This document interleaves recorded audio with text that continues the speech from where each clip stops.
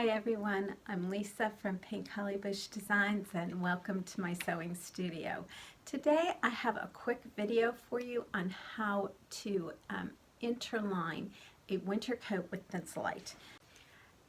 Now an interlining is an extra layer of fabric that is sewn directly to the lining pieces to add extra warmth to a coat. So you can use flannel, thin wool, fleece, or in the case thinsulate, as I have done. Now I used just a thin wool flannel in the sleeves because I was afraid that the thinsulate would be too bulky. So the basic idea of adding an interlining is very simple. You cut the interlining using the lining pattern pieces for the coat.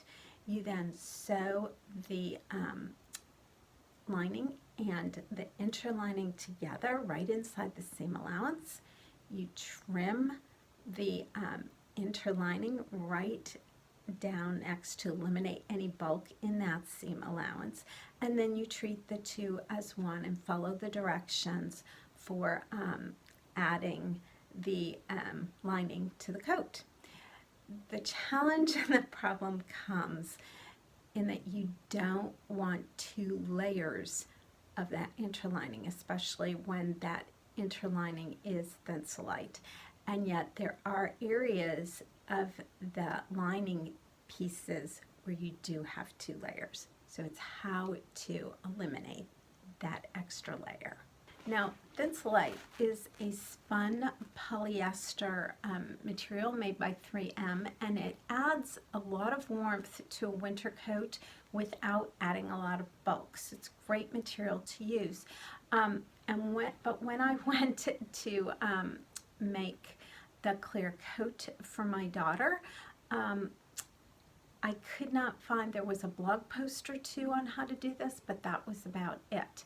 So I have a quick video to show you how I went about doing this, because part of it I just had to figure it out as I went along.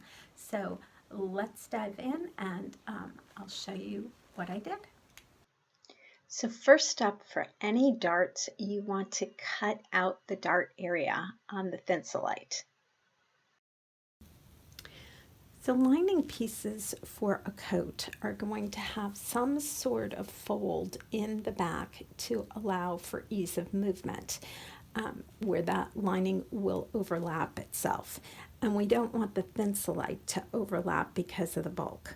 So the way I've handled that is I started by cutting out the thinsulate pieces using the lining back piece. And then I trimmed off the seam allowances down the center back of both the thinsulate pieces. I then sewed the thinsulate at the armholes and the sides.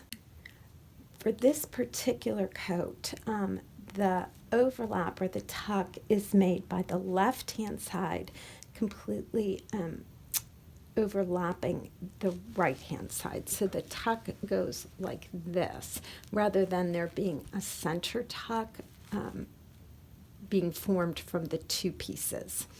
So because of that, I've marked where the tuck will come on the right-hand side, and then I've angled down to where that piece hits the center back seam, and I've trimmed off that section of the thinsulate. So I've then stitched the right-hand side down.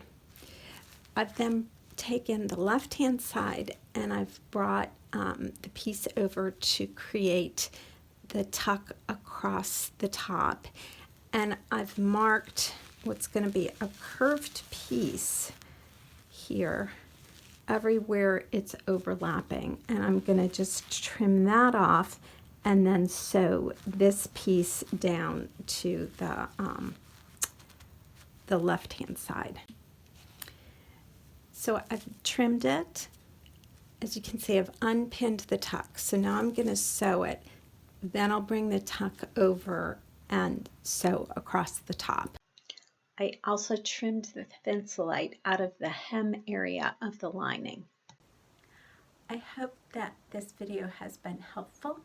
I also have a companion video on 10 lessons I learned making my first winter coat. So I hope you check that out. If you enjoyed this, please subscribe. I do regularly produce videos, and hit that notification button as well. And I hope to see you here again. And in the meantime, happy sewing.